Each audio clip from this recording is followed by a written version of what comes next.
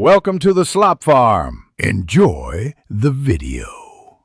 You start by confirming model and firmware so you know which menus and fixes apply.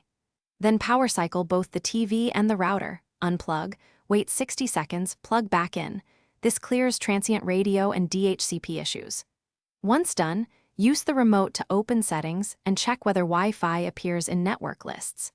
Make sure the remote batteries are good and the TV is awake if Wi-Fi is still off. Proceed to the next configuration, steps to re-enable wireless hardware. You now re-enable wireless settings. Go to Settings, Network, then Wi-Fi and toggle it on. This forces the TV to scan for radios. Next, run the built-in network connection test. It reports DHCP, DNS, or authentication errors. Write down any code so you can target the fix.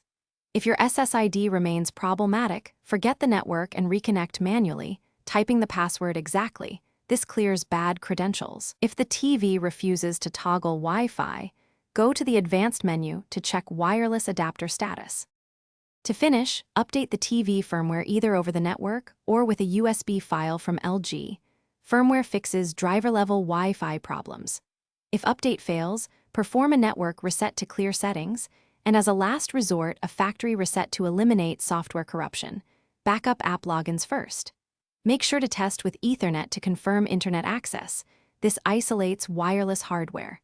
If Wi-Fi still shows off or the adapter is missing, contact LG support or a technician. They can replace the wireless module if needed. Thanks for watching.